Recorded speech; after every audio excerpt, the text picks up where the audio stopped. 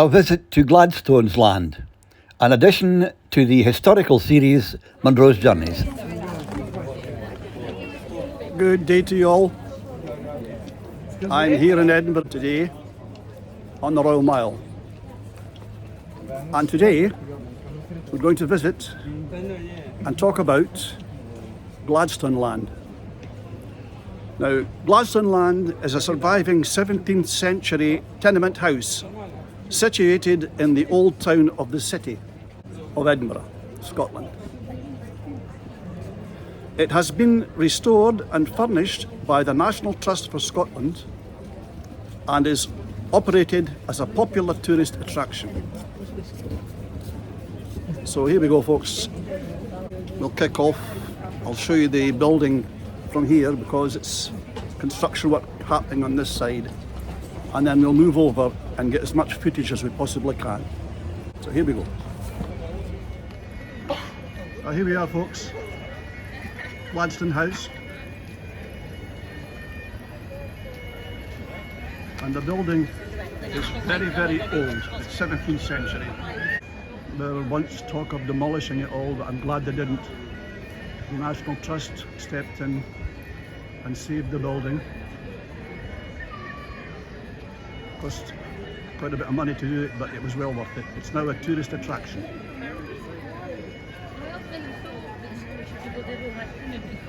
We'll go around now, folks, and take a look around. Here we are at the front of the building. As I say, we'll get as much footage in as we possibly can.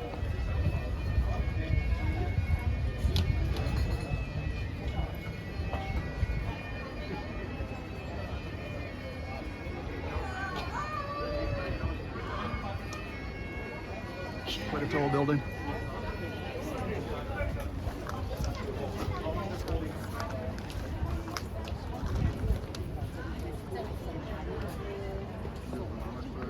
Welcome to Gladstone's. Here's a plaque here.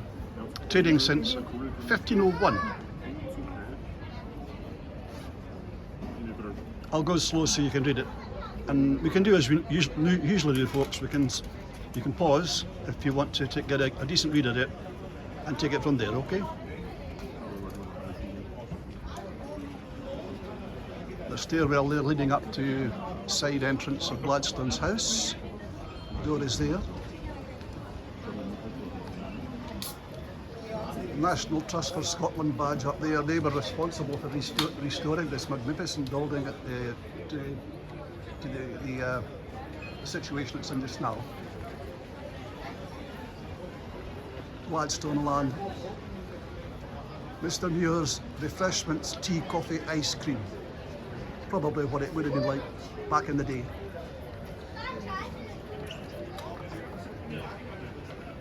There's your opening times there.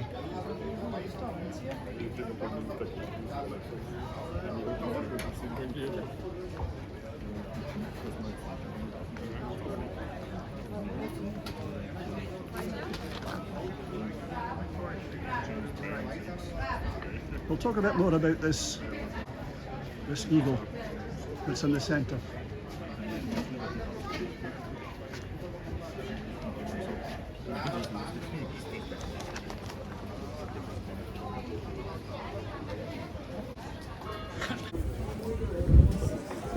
Well, here we are, folks, at the entrance here. I'm going to tell you a little bit more about the Gladstone Land. Gladstone's Land is a surviving 17th century tenement house situated in the old town of the city of Edinburgh. It has been restored and furnished by the National Trust for Scotland and is operated as a popular tourist attraction. Early owners and tenants. The land sited at 481 and 483 Lawn Market was originally built in 1550, but was bought and redeveloped in 1617 by a prosperous Edinburgh merchant and burgess. Thomas Gladstone's and his wife Bessie Cunningham. The work completed in 1620 and includes elaborate painted ceilings. These were later covered over with plaster, but are uncovered today. It's prominent sitting on the Royal Mile between Edinburgh Castle and the Palace of Holyrood, and the extent of its accommodation mark out the affluence of its mercantile owner. Today, the restored building allows an insight into varieties of Edinburgh life of the period. The cramped conditions of the old town and the physical size of the lot meant that the house could only be extended in depth or in height. As a result, the house is 6 stories tall. Fairly tall building. Gladstone's resided on the upper floors and let out parts of the building to an assortment of tenants of different social classes, including another merchant, John Riddoch, and his wife, Margaret Noble. A knight, James Crichton of Furnished, and a guild officer was also there. John Riddoch and Margaret Noble were merchants who kept a shop and tavern on the bottom floor of the house. Isabel Johnston was their servant and ran the tavern on their behalf. There are records of her purchasing large amounts of alcohol, John Riddoch for resale, something that was common for servants at the time. Riddoch died aboard ship in November 1632 in sight of Leith, and his will lists the kind of goods they sold, including raisins, figs, ginger, sugar, candy, laundry starch, and smalt. Cinnamon, licorice, and clay tobacco pipes. Andrew Pringle had the shop after Riddoch, while his servant Alison Hume managed the tavern. By 1636, Gladstone's shared ownership with the merchant and ship owner David Jonkin, and their tenants included 2 lawyers, Andrew Hay and John Adamson. David Jonkin had been fined for breaking Edinburgh's market regulations in 1624. When it was discovered he was buying imported food in Burnt Island to profiteer during a famine. He supported the Scottish Covenant in 1639 by selling firearms to the Earl of Argyll and buying a warship in Holland. William Struthers and witchcraft. In the 1630s, Gladstone's Land was also inhabited by William Struthers, an Episcopalian minister at St Giles Cathedral. He was a prominent member of the Church of Scotland and a supporter of both James I and Charles I. Struthers played a role in the trial of Marion Muir, an accused witch. Marion had been accused of witchcraft alongside 2 other women, Helen Hamilton and Marion Lumsden. After unsuccessfully being evaluated for a hypochondriac disorder, Struthers heard one of several possible confessions. Now we'll go restoration as a historic building. In 1934, the building was condemned and scheduled for demolition until it was rescued by the National Trust for Scotland. Under the auspices of the Trust, restoration of the building was carried out by the architect Sir Frank Mears, in consultation with the Ancient Monuments Department of the Ministry of Works in Edinburgh. Original Renaissance painted ceilings were uncovered in the process. Today, the restored premises offer a glimpse of 17th, 18th and 20th century life, with open fires, lack of running water, and period decoration and furniture. At ground level, there is an arcade frontage and reconstructed shop booth, complete with replicas of 17th century wares. This would originally have provided shelter for the merchants' customers on the left of the building. A curved stone four-stair with iron railings leads from the street to a door at first floor level, which we saw there earlier on. The sign above the entrance to the building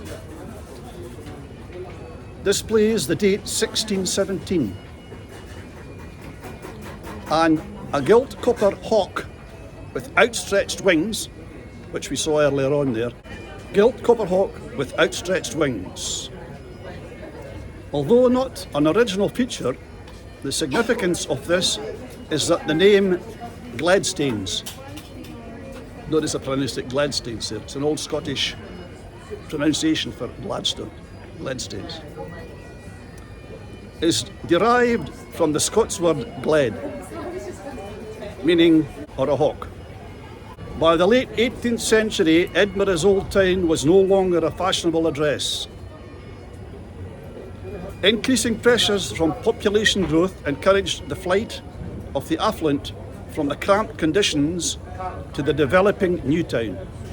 Today, visitors to the city can contrast Gladstone's Land to the Trust's restored example of a new town residence, the Georgian House at number 7, Charlotte Square. Gladstone's Land today. Gladstone's Land was closed between February 2020 and May 2021 for a 1.5 million restoration. It now has a museum on the first, second and third floors, with an ice cream parlour, cafe and retail space on the ground floor and holiday flats on the upper floors. The museum showcases the lives of merchants, tradespeople and workers throughout 500 years, with options of daily self-guided visits and guided tours, including speciality tours, tables through time, food in Gladstone's Land, a history of tea, medical tales and intimate lives, the history of sex and desire in Edinburgh's old town. So there we are, folks, that's an insight to the Gladstone Land, the house, the original house.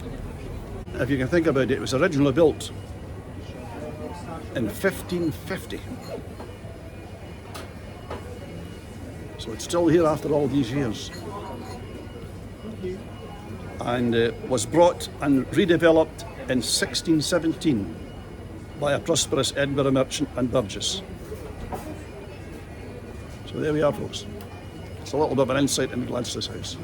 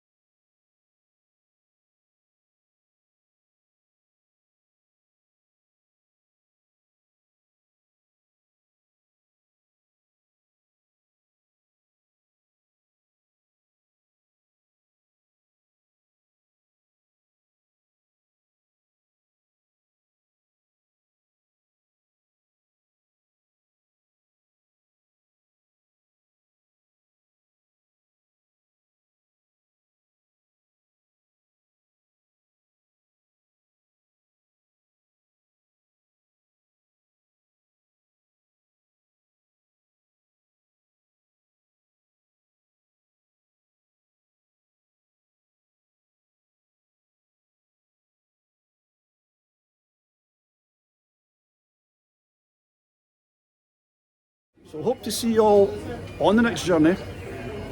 Hope you enjoyed the visit here to Gladstone's house. TCSS, take care, stay safe. If you like the videos, please subscribe. It does help the journeys go along. Until the next time, bye for now.